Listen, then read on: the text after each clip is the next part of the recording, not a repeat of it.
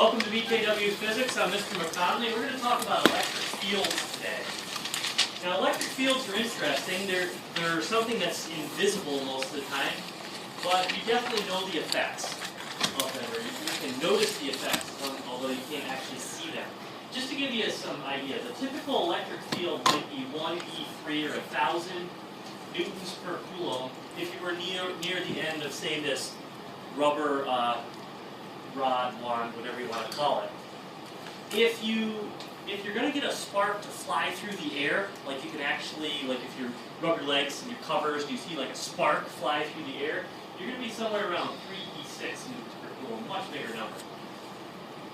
Now, electric fields generally, they're invisible, but when we draw them or we represent them in physics, we're going to draw the lines from the positive, or in other words, pointing towards the negative. So there's always a positive and negative, and you're going to draw these lines, which are really arrows. You're going to draw these arrows to point away from the positive and towards the negative. And just as a note for later on, test charges are always positive. Now, if you want a visual, think of the other day when I charged up this wand here, and I was going like this, and it got all the fur on the wand. How did the fur arrange itself on the wand? Vertically. It was all sticking out. It was going up, this way, this way, this way. It was just pointing out in all directions, like another picture that I showed you guys where the girl had her hand on that Van der Graaf generator and her hair was like this. Her hair, or the fur, is following the electric field lines. Okay? So when something gets really charged and it's thin like that, it will follow the electric field lines. Let's draw a few pictures. One picture might be as if you just had a big positive charge here and a big negative charge there. And you're going to draw the electric field lines. So as I've mentioned, electric field lines need to go away from the positive, or like this. So if I drew 3 electric field lines, these things here in red are the electric field lines. That would be a representation of electric field lines. Another one is if I had 2 big positive charges, though. You got to think about this a bit, because since there's no negative, where are the electric field lines going? Like, they're just going outward? And the answer is, well, yeah, that's true. That's correct so far. But what happens in the middle? So in the middle, you start to leave. You're not going to go towards each other for very long. So one usually curves down and one usually curves up. This might be a good representation of what happens when you got 2 positives.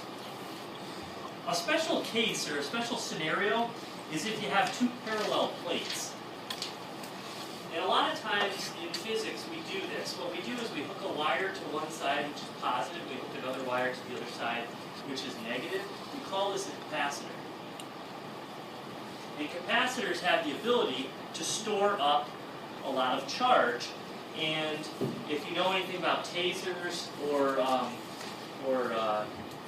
radio systems where you have a big capacitor that's in the back of your trunk of your car, which looks like a canister, they're capacitors, and they store up, or they separate the positive and the negative. So what ends up happening is you get tons of negatives as opposed to the other side being positive. It builds it up, and then at some point it will actually discharge, or it will jump across. Well, following the electric field line rules, how's it going to jump across? Yeah, towards the negative, right across. It's also important to note that the E field, the electric field, is the same anywhere in the middle here. So since they are parallel, I think it kind of makes common sense-wise, it makes sense. Since this is parallel, anywhere that you go in here is going to have the same electric field, intensity.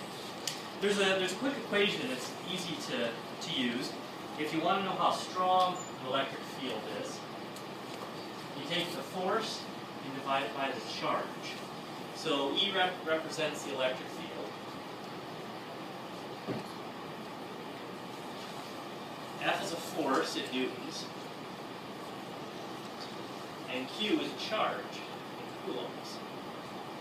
So the electric field must be in newtons per coulomb. Going back to the very first thing I taught you,